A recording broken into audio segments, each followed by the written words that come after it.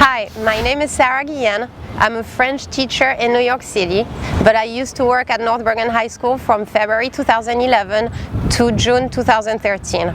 I'm here today because I am just outraged with all the propaganda that we get in the mail, stating how wonderful the system is, the education system in North Bergen, and how great the students are doing and how great the school is doing compared to other schools in the state. This is just all lies. People just believe everything that they see in the propaganda papers from Mayor Sacco, and you could just go to the internet and check online with the Department of Education and you would see the real truth. North Bergen High School students are not prepared to go to college, and what is going on behind the curtains is just ugly, and this is why I'm talking today as an educator. I feel it is my duty to let people know what's going on. When I started my work at North Bergen, I was thrilled. The students were amazing and I had so many dreams for them. I started teaching French and I was envisioning having an AP French program for the students. I talked to my supervisor about it. I prepared some students for the AP French during my lunchtime. It was voluntary work, and they got a 4 and 5 on the exam, which was the equivalent of 12 college credits. I was thrilled and excited about the idea, but my supervisor really didn't care about the AP French program because all that mattered was politics. After a few weeks of working there, I started being threatened that I had to do politics, that I had to go knock on doors to help Mayor Sacco for elections and for everything. And then I refused. I was upset. I'm from France. I was thinking I'm going to America. I'm going to the United States of America. It's a democracy. I never thought some things like that could be going on in a country like that. So I talked to my colleagues and they told me, honey, this is how it is. Everywhere is the same. You got to do it if you want to be here. We all do it.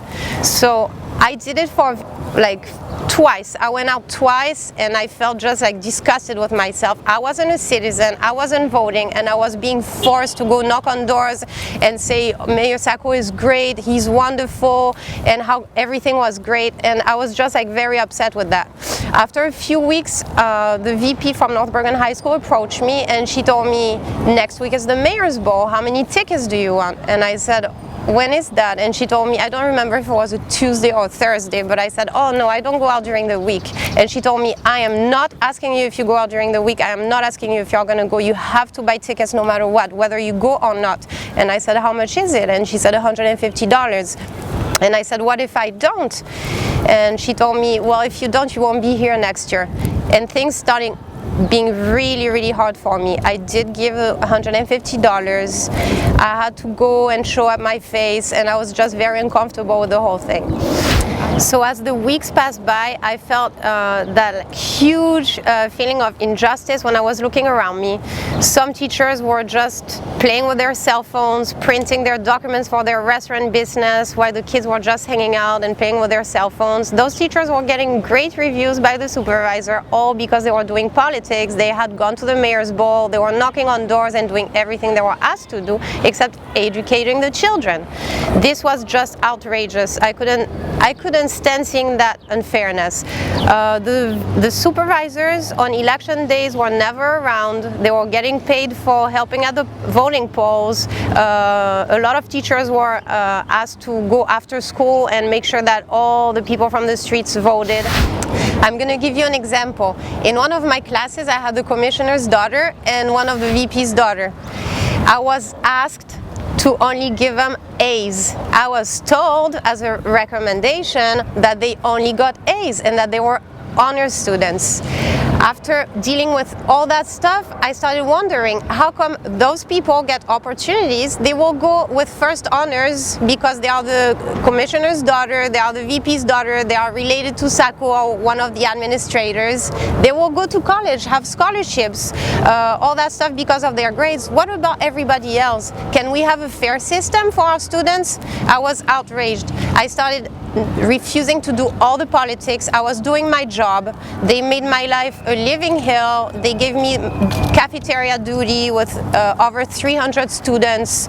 When the other teacher was absent, they didn't give me a sub. I was by myself with the kids. Having your children be ready for college and get great opportunities for the future is a possibility. But first, we have to get rid of the unfairness that is going on in the school, and we have to get rid of politics. Do you think it's normal to have teachers walk around and doing politics instead of preparing lesson plans and grading work and do all their teachers' job?